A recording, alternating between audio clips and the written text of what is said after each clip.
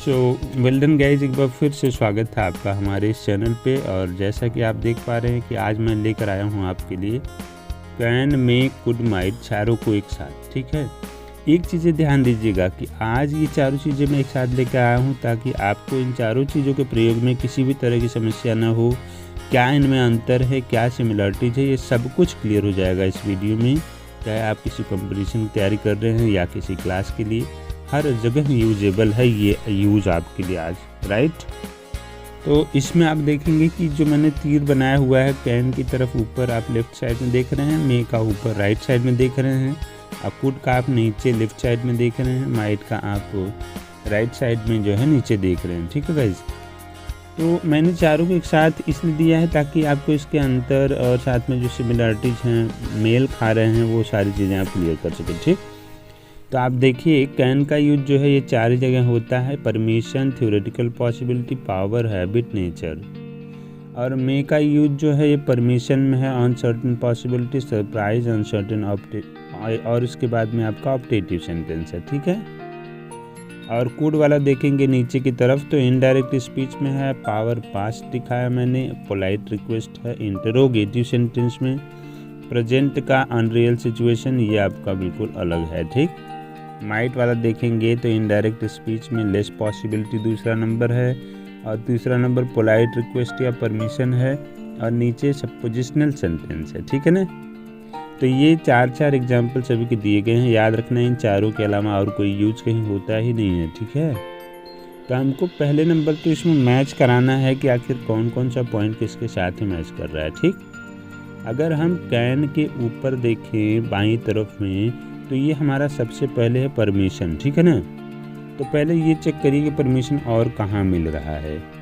तो हम देखें तो परमिशन आपका कैन वाले में मिल रहा है पहला पॉइंट, और मे वाले में भी पहला पॉइंट मिल रहा है। ठीक, तो क्या हम कैन या मे चाहे जो भी प्रयोग कर लें, चाहे कैन कर लें चाहे मे कर लें परमिशन देने लेने के लिए, तो गाइज याद रखें बिल्कुल कर सकते हैं आप कैन मे को किसी को भी। लेकिन बस एक चीज़ें आपको ध्यान देना है कि परमिशन देने लेने के लिए मे का प्रयोग ज़्यादा होता है, लेकिन आप करना चाहें तो मे को भी, मे के स्थान पर कैन को भी कर सकते हैं। ठीक है, तो ये हो गया आपका। अब आगे आ जाइए, दूसरे नंबर पे कैन में हम देखेंगे थ्योरेटिकल पॉसिबिलिटी है। ज़रा चेक करिए थ्योरेटिकल पॉसिबिलिटी और कहीं मिल रही है? नहीं मिल रही है, लेकिन हाँ पॉसिबिलिटी मिल रही है। मे वाले में भी देखो ऊपर दूसरे नंबर में पॉसिबिलिटी मिल रही है, नीचे की तरफ देखो माइट वाले में भी दूसरे नंबर में पॉसिबिलिटी मिल रही है, लेकिन लेस पॉसिबिलिटी है ना। तो ये तीन जगह ये पॉसिबिलिटी मिल रही है, लेकिन तीनों जगह अलग अलग है। कैन वाले में दूसरा पॉइंट जो है वो थ्योरेटिकल पॉसिबल है, राइट ना। मे वाले में दूसरे पॉइंट में अनसर्टेन पॉसिबिलिटी है, और माइट वाले में दूसरे वाले में लेस पॉसिबिलिटी है। तो ये देखो कितना अंतर है ना। अनसर्टेन पॉसिबिलिटी का मतलब कोई अनिश्चित संभावना, जिसे आप संभावना में सोच तो रहे हैं लेकिन वह अनिश्चित है। जैसे मान लीजिए आज बरसात हो सकती है, बरसात हो भी सकती है और नहीं भी हो सकती है, समझ रहे कि नहीं।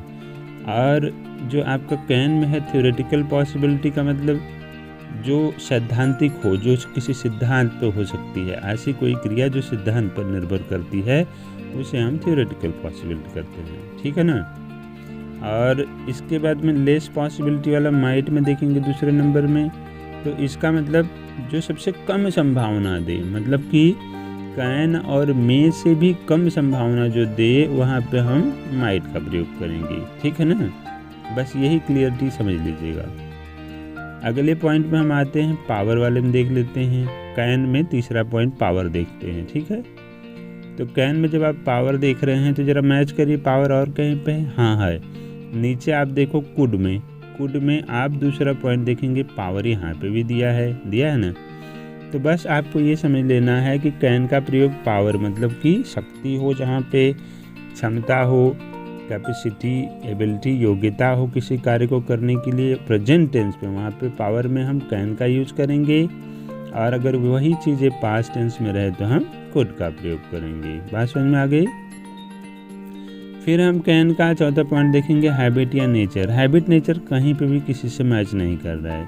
मतलब जैसे किसी करता की कोई हैबिट है, कोई नेचर उसकी प्रकृति है कि वह बार बार ऐसा कोई काम करता है। जैसे मान लीजिए हमने कहा ही कैन स्पीक ए लाई, वह झूठ बोल सकता है। कहने का मतलब उसको झूठ बोलने की आदत है या फिर उसका जो है नेचर ही वैसा है कि वह झूठ बोलता रहता है। ठीक, तो इसलिए हम यहाँ पे सकता अगर आ रहा है तो वहाँ पे हम ही के साथ में हम कैन का प्रयोग करेंगे। तो इसे हम कैन का हैबिट और नेचर वाले पॉइंट पे यूज करेंगे। ठीक है, अब ये 4 पॉइंट तो ख़त्म हो गया। अब मे वाले में ज़रा 2 ठो और बचा हुआ है, इसको भी देख लीजिए। तो मे वाले में जो तीसरा पॉइंट है ये है आपका सरप्राइज अनसर्टेन, राइट ना, या फिर अनसर्टेन सरप्राइज। भाई मे का पहला दूसरा तो हमने समझा ही दिया। अब ये आपका आगे जो है तीसरा वाला पॉइंट जिसे हम अनसर्टेन सरप्राइज कह रहे हैं। तो गाइस सर अनसर्टेन का मतलब अनिश्चित और सरप्राइज का मतलब क्या होता है, आश्चर्यचकित होना, राइट ना। ज़रा देखिए ये कहीं पे मैच कर रहा है किसी के साथ में बाकी बचे पॉइंट में?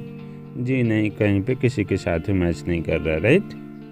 तो इसका मतलब जहाँ भी हमें कोई ऐसी चीज़ें दिखने को मिले जिसमें शकता हिंदी में आए और वह अनसर्टेन सरप्राइज हो तो वहाँ पे हम मे का प्रयोग करेंगे। जैसे हु मे बी देयर, बाहर मान लीजिए कोई खड़ा हुआ है, आप उसे देख भी नहीं पा रहे हैं और आप फीलिंग करके आश्चर्यचकित हो रहे हैं कि कौन हो सकता है वहाँ पे, आश्चर्यचकित हो रहे हैं, राइट ना, कौन हो सकता है वहाँ पे।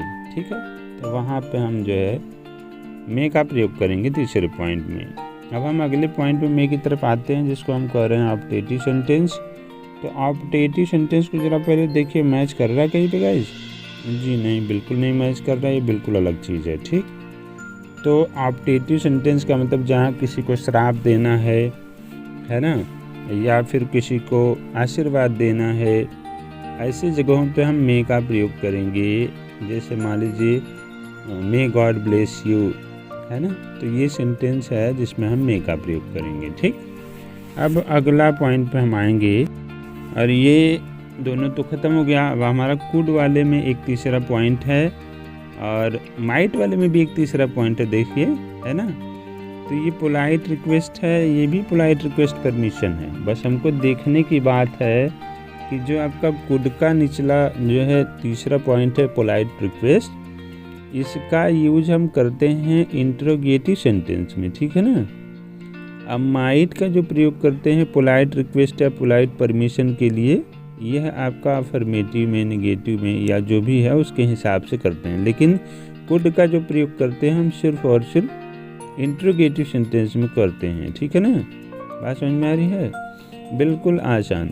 और हाँ, याद रखने की बात है कि जो ये कुड में तीसरा पॉइंट है, इसमें कहा जा रहा है कि कैन और मे की अपेक्षा कुड का ज़्यादा प्रयोग किया जाता है। ठीक है, मतलब पोलाइट रिक्वेस्ट के लिए आप कैन और मे की ज़्यादा अपेक्षा अच्छा जो है आप कुड का प्रयोग कर सकते हैं। ठीक, और फिर आप इसमें जो माइट वाला है, माइट में कहा जा रहा है कि मे, माइट, कैन, कुड सब तो मान लीजिए यूज होता ही है। ठीक है ना, लेकिन कैन से ज़्यादा विनम्रता या झिझक के लिए हम मे का प्रयोग करते हैं और कैन मे की अपेक्षा कुड माइट का प्रयोग होता है। ठीक है ना, ये कुड माइट का प्रयोग ज़्यादा अच्छा होता है। ठीक, तो ये हो गया आपका तीसरे पॉइंट में जो कंपैरिजन था। ठीक, अब ये आपका ऊपर वाला पहला पॉइंट जरा एक बार देख लें हम लोग कि इनडायरेक्ट स्पीच में कुड का भी प्रयोग होता है, इनडायरेक्ट स्पीच में माइट का भी प्रयोग होता है।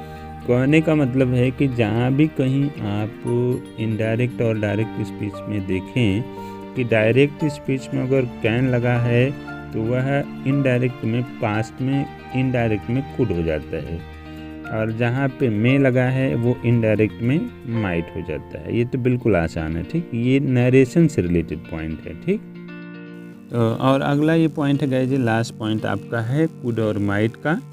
और कुड वाले में आप देख रहे हैं कि प्रेजेंट का अनरियल सिचुएशन है और माइट वाले में सपोजिशनल सेंटेंस है। प्रेजेंट का अनरियल सिचुएशन मतलब समझ रहे हैं, कोई ऐसी स्थिति जो प्रेजेंट में हो लेकिन वह अनरियल हो, अवास्तविक घटना हो। ठीक है ना, और उसमें भी सकता आता हो। ठीक, तो वहाँ पे हम कुड का प्रयोग करेंगे। जैसे मान लीजिए कि यदि मेरे पास पैसा होता तो मैं भी एक कार खरीदता। ठीक है ना, मतलब मेरे पास पैसा होता तो मैं भी एक कार खरीद सकता था। ठीक है, तो वहाँ पे हम कह सकते हैं कि if I had more money I could bye A car. इसके लिए आप हमारे दूसरे वीडियो कुड के यूज़ को एक बार जाकर देखें, ठीक है। और सपोजिशनल का मतलब जिसमें हम केवल मान लेते हैं कि कोई काम ऐसा अगर होता तो मैं ऐसा करता। जैसे मान लीजिए कि I wish you might have seen Taj Mahal, मेरी इच्छा है मतलब काश तुमने ताजमहल देखा हो सकता हो, ठीक है। कहने का मतलब है कि आप इसे अच्छी तरह से समझ चुके होंगे, आई एम श्योर। और गाइज याद रखें कि कैन हो चाहे मे हो, कुड माइट हो, इन सभी का मीनिंग सकता से ही जुड़ा हुआ है। और बस थोड़े थोड़े डिफरेंसेस जो आप यहाँ चारों पॉइंट में एक साथ अगर ध्यान से देखें तो आई थिंक वैसे भी क्लियर हो सकता है। बाकी जहाँ जहाँ भी प्रॉब्लम हो रही है वीडियो को एक फिर से देखें, एग्जाम्पल देखें, आसानी से आप इन चीज़ों को समझ सकते हैं, बिल्कुल कोई दिक्कत की बात नहीं है। एंड गाइज आज के वीडियो में बस इतना ही। और हाँ, आगे मिलते हैं हम नई चीज़ों के साथ। लेकिन हाँ, एक चीज़ याद रखिएगा कि आज अगर आप हमारे चैनल पे कंटिन्यू नहीं हैं तो कंटिन्यू हो जाएं। बहुत सारे डिटेल्स आपको इसमें मिलेंगी, ग्रामर की अच्छी जानकारी मिलेगी। और हाँ, अगर आप स्पोकन करना चाहें तो डिस्क्रिप्शन बॉक्स में स्पोकन का एक लिंक दिया गया है, उस पर क्लिक करके आप स्पीकिंग क्लास भी ज्वाइन कर सकते हैं। मिलते हैं नेक्स्ट वीडियो में कुछ नई चीज़ों के साथ में गाइस। तब तक के लिए thank you, have a nice day, bye bye.